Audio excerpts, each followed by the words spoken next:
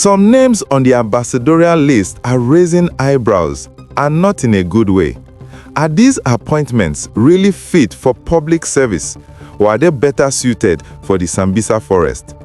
Now, welcome to Naija Media Connect, your go-to source for the latest Nigerian news, politics, and trending stories across Africa. If you haven't yet, hit that subscribe button and turn on notifications so you never miss an update. Now, Nigeria's new ambassadorial list is out, and already controversy is brewing. A few names on the list, like Ijele and Arabambi, have sparked nationwide chatter. Critics argue these individuals are unfit for diplomatic duties, with some even joking that their talents might be better used in the Sambisa Forest, a reference that's causing quite the stir online. The debate is about competence versus influence, and it raises bigger questions about how our ambassadors are selected. Are these appointments based on merit, or is political favoritism still at play? Social media platforms are flooded with reactions ranging from shock to laughter, showing that Nigerians are not holding back when it comes to accountability. Let's dive into the main updates. But let me bring in Isaiah into the conversation. I hope you can hear me, Isaiah. Yes. All right. You have heard what Dr. Arabambi, has to say, but I would like you to dimension the issues a bit more. The key issues here, first, will be the fact that maybe the Nigerian government or the president will not have approved the release of the list of ambassadors that he has reportedly prepared for more than 1 year if President Donald Trump was not breathing down our necks, as the Senate president said the other time. And then the question of the sort of a few characters, even though, yes, we should acknowledge that there are 34 career diplomats on the list as against about 31 non-career diplomats. But then there are issues of a few individuals that they think ought not to have been submitted, even if the Senate will ultimately have the wherewithal to deny them. And then that all of these things are linked to the fact that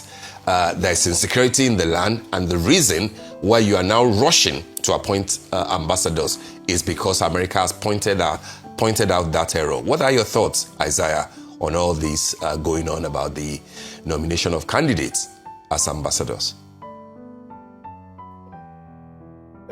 Thank you very much, Mr. Steve, and good morning, my brother over there.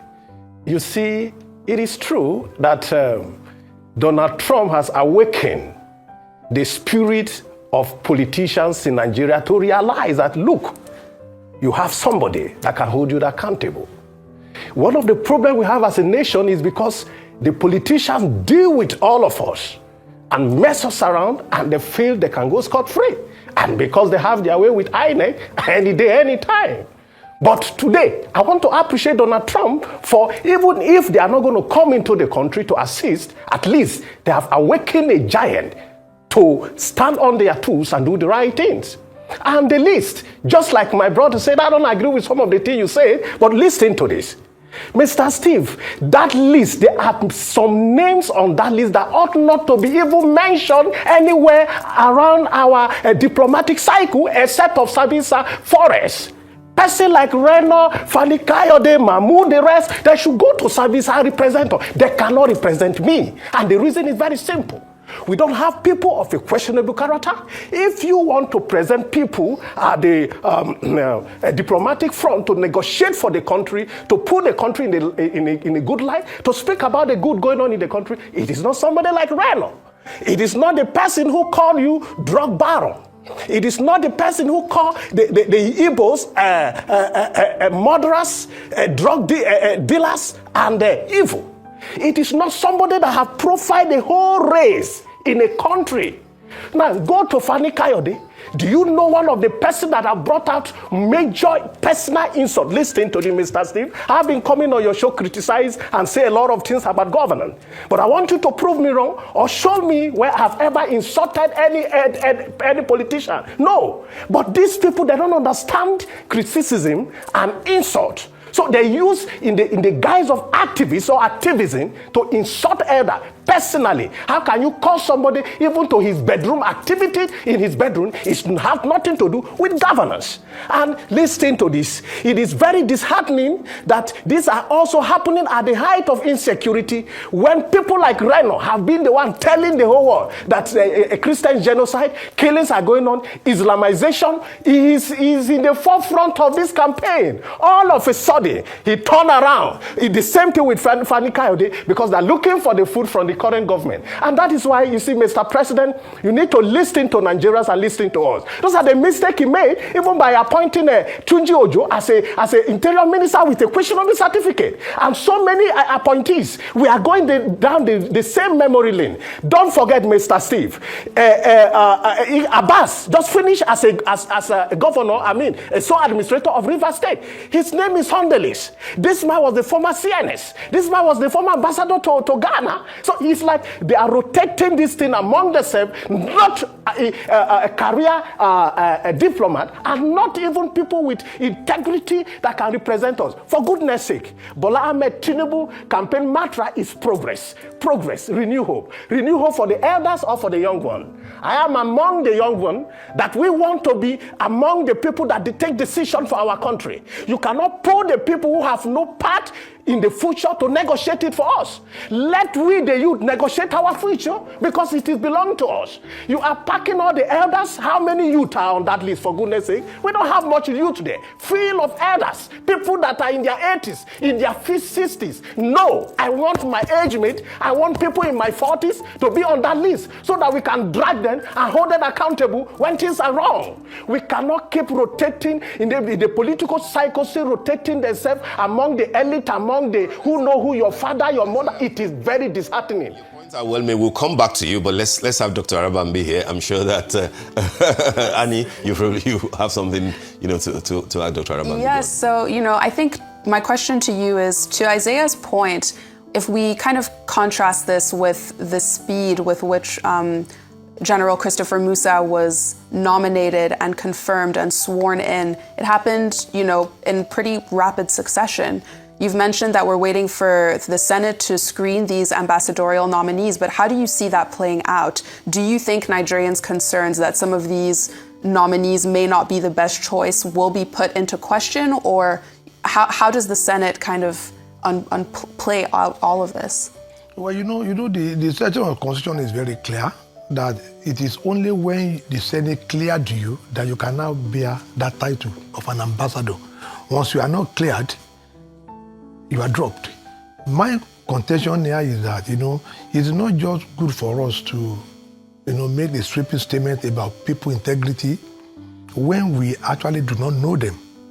Until, like me now, I normally have time when they are, when they are going to do their screen, even if it's going to take 7 hours, I will stand glued to the TV to read out, their resume. This is where we can now begin to have complaint. It is not that, any one of them are not qualified. The president has that prerogative to appoint those that they think they can manage our international relations, they can promote trade. Now, we still have to have that implicit confidence in the Mr. President that these people he appointed are his own best choice. As a shrine in, a passage, Chapter 1, Section 171 of the Nigerian Constitution as amended. So until when they are presented, to the Senate as an opposition, you don't just make a sweeping remark. He is not a position, but I am one. You don't just make a sweeping remark about people you don't know, because if you say somebody is not qualified, at the end of the day, he is qualified, you might not be able to say one or two things about that person anymore. So I believe even the issue of Christopher General Musa, you see, there are certain things, there are certain intricacies in governance that we are not supposed to know. Like now, you cannot write freedom of information out to Nigerian Army that, how many weapons do you have? What with this investigation, or even to the Inspector General of Police? It is prescribed by the law. They know why they are supposed to have to retire. To disengage from the military, and now they are appointed him. All these appointments are prerogative for Mr. President, like stated in Section 171. So if anybody now say, the former president did it, when all those service chiefs retired, he gave them ambassadorial position. They did their best, Some of them did their best, even though, there are skirmishes here and there. But the people he appointed, let us wait until when the Senate will present their resume to Nigerians. And I trust if there is going to be any petition, it must have been forwarded to the Senate. I trust Nigerians. But how much does public opinion matter? Does public opinion, you know, kind of like what we were hearing from Isaiah, does it matter or does it not matter? It matters, but you see, the president cannot be running on public opinion. And I'll give you an example. He cannot be running on public opinion? Alone, yes. In America today, you see the judges fighting with Donald Trump over the deployment of security forces. That has never been done in the history of America. You see this man now, you know, putting in military, where you see the way they are murdering people. This is a country that we felt, oh, they respect human rights, but you saw what Trump is doing, because he felt his own opinion, this is exactly what I want to do. Even until when court are now asking him to stop. You know, don't bring National Guard, you know, into our state. Don't bring National Guard into our state. But the president's opinion felt this is what matters. But when you say public opinion, let me tell you, election is coming. There are some people that when they talk about Tinubu, I'm not going to believe them because it is about their ambition. But for him now, I am going to have, you know, some level of trust in him. You know, this is my yes. But you see, when certain political actors speak, I am not going to believe what they are saying because they only want to profit, you know, from public opinion to their own advantage. All right. That is my. Go back to Isaiah. I just like to ask you, you know, very quickly, Dr. Arabambi, when you say that the only person out of 68 that you have issue with will be Reno or Mokri because of the preponderance of opinions about him, what do you say to those who say that it is morally wrong for the president to have nominated for an ambassadorial position the gentleman who supervised the election that brought him into power? Talking about the INEC chairman. Thank you very much. You see, I've been on this station a lot of time. If anybody said, oh, we do not trust Mahmoud, I mean, you know, what's his name? Professor Mahmoud. Yakubu Mahmoud now, being appointed. I am a man that, you know, believe in the rule of law. Everyone that talk about that election, they have been to, you know, tribunal, court of appeal, and Supreme Court, and they've not been able to prove their case. You understand? So for whatever reason, people say, oh, this man rigged election. I have not seen where they were able to prove that. You know, even the case of our own party, where certain people hijacked the party structure and we failed to field 53,000 polling agents. I beg to disagree that we cannot put such blame on Mahmoud because we were the one that failed to field 53,000 out of 180-something thousand. The election were to be considered perfect, squeaky clean, why should he be almost immediately after his tour of duty as INEC chairman be considered for ambassadorial position? What is he being rewarded for? He's an academic and he not return to the campus. Well, you know, there's something they call speculation. I think people are just speculating. And, you know, speculation is not allowed in law. The president has that prerogative. You understand? You know, just like you are now, you can choose to drive your vehicle home. You can choose to take Uber.